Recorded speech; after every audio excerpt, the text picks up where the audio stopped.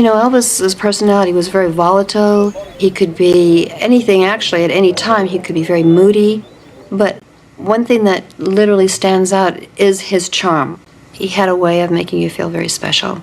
Elvis had a good rapport with everybody. I mean, the maids and, of course, all the guys that worked for him and the wives and the kids and whatever, you know. He just handled everybody pretty much the way that it should have been, you know. He just knew how to handle people.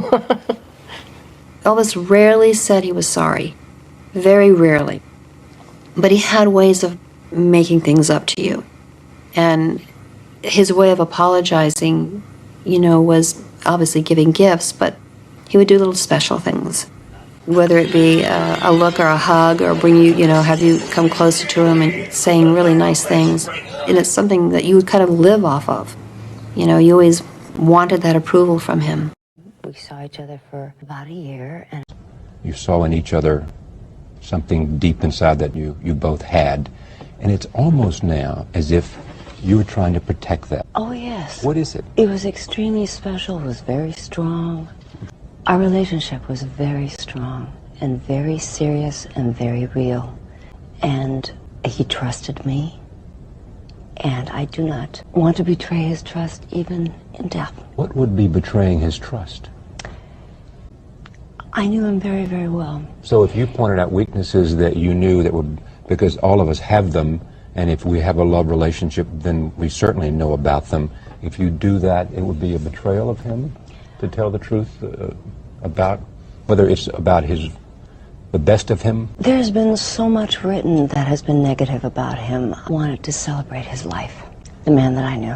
He was so gifted.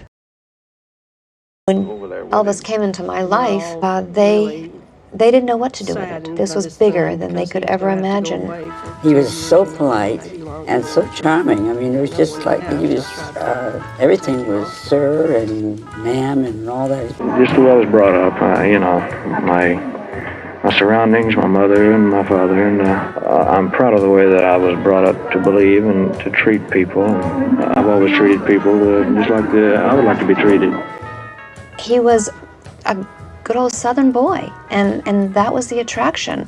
Well, he impressed me because he seems like a genuine person. Now, knowing Elvis, it all kind of fits in place, you know, and why, you know, I was a girl who spoke English. We had a lot in common. It's just fun, drawn to that. Elvis, can you tell me what do you think you're going to think of the German girls when you get over there? You speak German? No, sir, I don't speak German. I will probably have to learn in order to survive over there, though. From all the pictures I've seen of the German girls, they're very beautiful. And I think Bridget Bardot is French, isn't she? Why did Elvis surround himself with what we affectionately termed the Memphis Mafia, the boys who constantly, I believe, lived with you and him what appeared to be morning, noon, and night? He was comfortable, he was secure.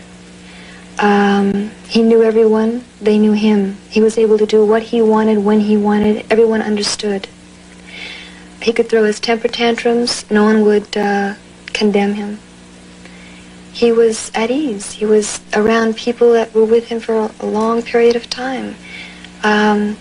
Where most people have friends and may see them throughout a lifetime, you know, here and there. Elvis liked his friends with him because then you can share and you can do and be who you want. He loved that. He loved having his family and friends around him. I truly think that he wanted to be back with his family. I said, oh, you don't know what you have until you lose it. You know, he would say that repeatedly. I know that that was something he never expected to happen because I can't ever imagine him saying he would have a divorce. It just wasn't a part of him. I think that he always felt we'd be together. He called me up, and it was in the morning, and he asked me if I would please talk to Scylla and tell her she's making a mistake, that I love her and I really want to stay married. He just pleaded on and asked me to talk to her. And I told him how disappointed that we were, that it came to that. And, we wished it wasn't going to be that way. So I said, I will talk to Scylla. But what can I say or do? Family did mean a lot to him.